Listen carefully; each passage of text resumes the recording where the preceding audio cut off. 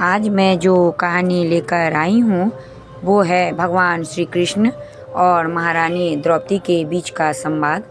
तो आप लोग ज़रूर से ज़रूर पूरा सुने और चैनल को भी सब्सक्राइब कर दें। महाभारत का युद्ध समाप्त हो चुका था और हस्तिनापुर में चारों ओर विधवाओं की भीड़ थी। पुरुष गिने चुने दिखाई दे रहे थे, अनाथ बच्चे दिशाहीन होकर भटक रहे थे और उन सब के बीच हस्तिनापुर के राजमहल में महारानी द्रौपदी शांत होकर बैठी हुई थी और वो एक 80 वर्ष की स्त्री के समान थकी हुई लग रही थी, ना तो केवल शरीर से बल्कि आत्मा और चेतना से भी। वह बैठी बैठी शून्य को निहार रही थी। तभी श्री कृष्ण कक्ष में प्रवेश करते हैं। भगवान श्री कृष्ण को देखते ही द्रौपदी अपना संयम खो बैठती है और दौड़कर उनसे लिपट जाती है।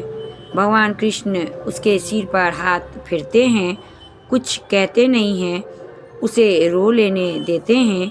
कुछ क्षणों के बाद वे उसे अपने से अलग कर पास के पलंग पर बैठा देते हैं और तभी द्रौपदी रोते हुए प्रभु से कहती है, यह क्या हो गया सखा? मैंने तो ऐसा अंत कभी नहीं सोचा था। कृष्ण कहते हैं, नियति अत्यंत क्रूर होती है पंचाली। वह हमारे विचारों के अनुसार नहीं चलती, वह केवल हमारे कर्मों को परिणामों में बदल देती है। और तुम तो प्रतिशोध चाहती थी ना, और तुम सफल हुई द्रौपदी। केवल दुर्योधन और दुशासन ही नहीं, संपूर्ण कौरव वंश समाप्त हो गया। तुम्हें तो प्रसन्न होना चाहिए।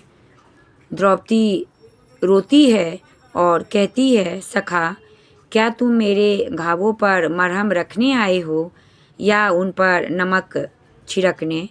कृष्ण कहते हैं, नहीं द्रौपदी, मैं तुम्हें सत्य से परिचित कराने आया हूँ। हम अपने कर्मों के दुर्गामी परिणाम पहले नहीं देख पाते और जब वे सामने आते हैं तब उन्हें रोकने का कोई उपाय नहीं रहता।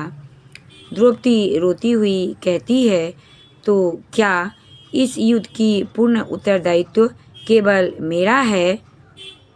भगवान कृष्ण कहते हैं, नहीं द्रौपदी, स्वयं को इतना महत्वपूर्ण मत समझो, किंतु हाँ, यह सत्य है, यदि तुम अपने कर्मों में थोड़ी सी भी दूरदर्शिता रखती तो स्वयं इतना कष्ट ना पाती। द्रौपदी कहती है, मैं क्या कर सकती थी सखा? तब भगवान कृष्ण धीरे से कहते हैं, तुम बहुत कुछ कर सकती थी। द्रौपदी कहती है, मैं क्या कर सकती थी सखा? तब भगवान कृष्ण कहते हैं, जब तुम्हारा स्वयंवर हुआ था तब यदि तुम कर्ण का अपमान ना करती और उसे प्रतियोगिता में भाग लेने का अवसर देती तो संभव है परिणाम भिन्न होते। जब कुंती ने तुम्हें 5 पतियों की पत्नी बनने का आदेश दिया, यदि तुम उसे अस्वीकार करती तो परिस्थितियाँ कुछ और दिशा ले सकती थी। और फिर अपने महल में दुर्योधन से यह कहना कि अंधे के पुत्र अंधे होते हैं, यदि यह वाक्य ना कहा गया होता तो चीरहरण की विभीषिका संभवतः घटित ना होती। उसके बाद कृष्ण क्षण भर रुकते हैं और फिर कहते हैं, द्रौपदी, ध्यान से सुनो, हमारे शब्द भी हमारे कर्म ही होते हैं और हर शब्द को बोलने से पहले उसे तौलना अनिवार्य है, क्योंकि शब्दों के दुष्परिणाम केवल बोलने वालों को ही नहीं, पूरे परिवेश को दुख और विनाश में झोंक देते हैं। वे दृष्टि उठाकर कहते हैं, द्रौपदी, इस संसार में केवल मनुष्य ही ऐसा प्राणी है जिसका जहर उसके दांतों में नहीं, उसके शब्दों में होता है। इसलिए शब्दों का प्रयोग सदैव सोच समझकर करो, और जो कि तुमने नहीं किया। द्रौपदी यह सुनकर वेदना से भर उठती है और भगवान कृष्ण का हाथ पकड़कर रोने लगती है और कहती है, मैंने तो ऐसा कभी नहीं चाहा सखा, मैं इसमें कर ही क्या सकती थी।